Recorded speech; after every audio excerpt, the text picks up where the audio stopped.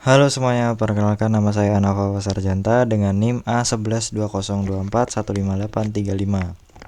Pada kesempatan kali ini saya akan mendemonstrasikan hasil konfigurasi skill integration challenge untuk single area OSPF.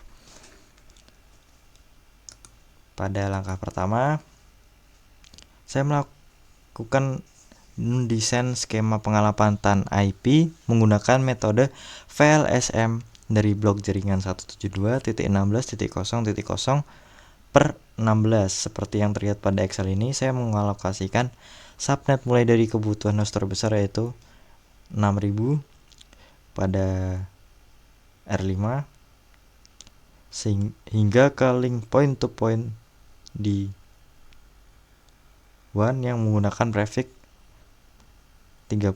Khusus untuk topologi OSPF ini, saya juga telah menghitung nilai wildcard mask karena parameter ini wajib digunakan saat mendaftarkan jaringan ke dalam protokol OSPF. Lalu di sini juga ada addressing table. Oke, selanjutnya kita ke konfigurasi CLI-nya ya.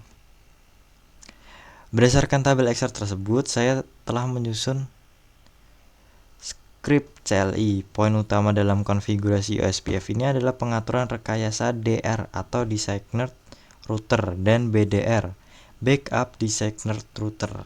Sesuai instruksi, router R1 diberi priority 0 agar tidak pernah berpartisipasi dalam pemilihan.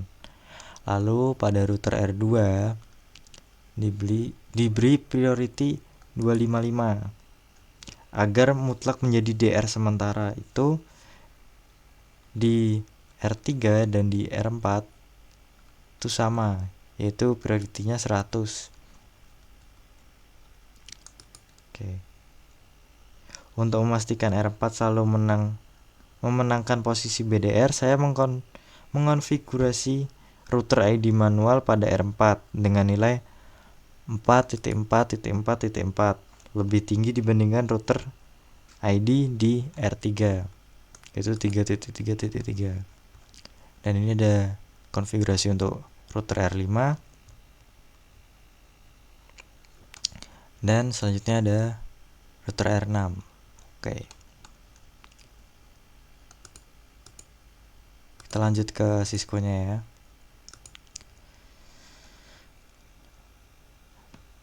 Seluruh skrip dari Notepad tersebut telah saya eksekusi ke dalam 6 router yang ada di paket tracer ini. Bisa dilihat di sini semua indikator kabel antara router dan ke arah LAN sudah berwarna hijau, menandakan interface telah aktif dan memiliki crowd rate yang sesuai di jalur DCE. Jika kita melihat pada activity result score, pengerjaan berhenti di angka 89 dengan indikator di sini pada passive interface ya, yang disilang. Hal ini murni merupakan bug bawaan dari sistem penilaian paket tracer versi ini. Bahkan di dalam file PDF instruksi resmi pun modul ini telah disebutkan secara tertulis bahwa terdapat bug pada paket tracer yang gagal membaca wildcard mask sehingga merusak proses scoring sistem. Oleh karena itu, saya akan membuktikan secara langsung melalui CLI bahwa konfigurasi logika jaringan ini sudah 100% berjalan secara sempurna. Oke, yang pertama kita masuk ke R2. Pembuktian pertama, saya akan mengecek status ketetanggaan OSPF di router R2 ini. Kita masuk ke CLI, kita masukkan password Cisco, dan kita show IP OSPF naik bor. Bisa dilihat bahwa R2 telah sukses menjalin hubungan secara full dan sesuai dengan rekayasa priority tadi. Router 4 yang 4.4.4.4 berhasil menjabat sebagai BDR, sedangkan R3 yaitu yang 3.3.3.3 berstatus sebagai Router. Nih. Oke. Selanjutnya saya akan melakukan pembuktian juga di R5. Termasuk ke CLI juga.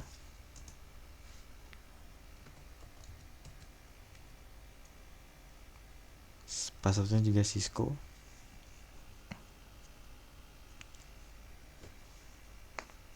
Kita ketik show IP protocol.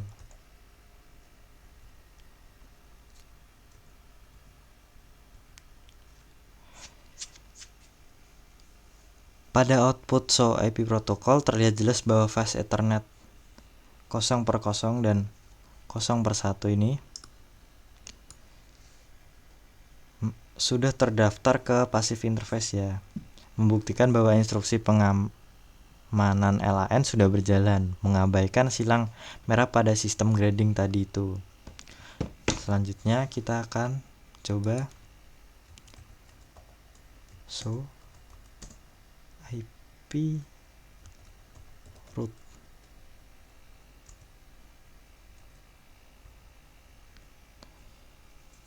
Nah, tabel routing pada router 5 sudah dipenuhi dengan rute berlabel O.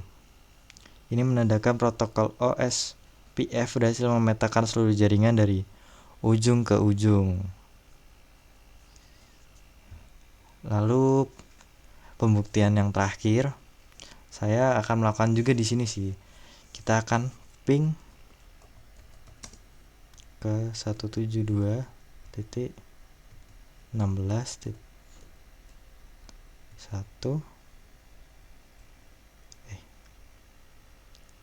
16.48.1.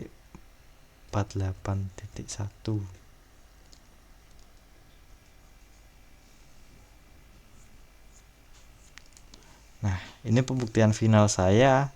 Saya melakukan tes ping lintas jaringan dari router R5 menuju ke jaringan LAN R6. Hasilnya sukses rate 100% yang membuktikan bahwa komunikasi data secara end-to-end telah sukses terjalin tanpa masalah. Oke. Jadi sebenarnya semua ini sudah benar dan lagi-lagi di sini bug dari aplikasinya. Oke. Sekian demonstrasi dan penjelasan teknis konfigurasi single area OSPF dari saya. Terima kasih banyak atas perhatiannya dan terima kasih juga telah menonton. Kurang lebihnya mohon maaf. Bye bye semuanya.